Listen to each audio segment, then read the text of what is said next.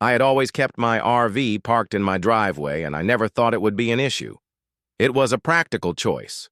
My family loved weekend trips, and the RV was our gateway to adventure. We had enough space on our property, and it didn't obstruct anyone's view or cause any inconvenience. But one day, everything changed when HOA Karen, one of the more vocal members of the neighborhood association, decided to intervene. She had always been one to push the HOA's rules to their absolute limits, and she made it clear she didn't like the sight of my RV parked at the curb. According to the HOA's guidelines, vehicles like RVs were not allowed to be stored visibly in driveways.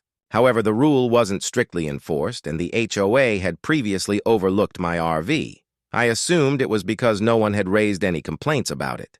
That changed the day HOA Karen decided to make it her mission to get my RV towed. She didn't approach me directly, instead opting to file a formal complaint with the HOA.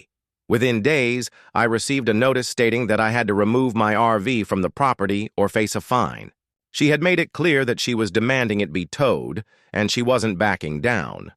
The HOA's response, while following their guidelines, seemed harsh.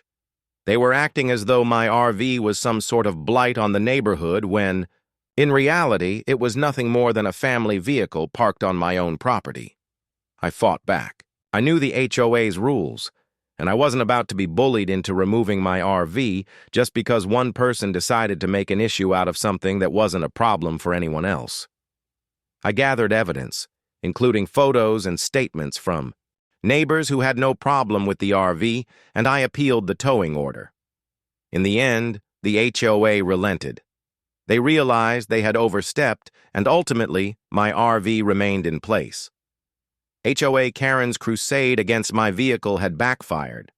Not only did I get to keep my RV, but I also learned an important lesson about standing up for what's right, even when the HOA is involved.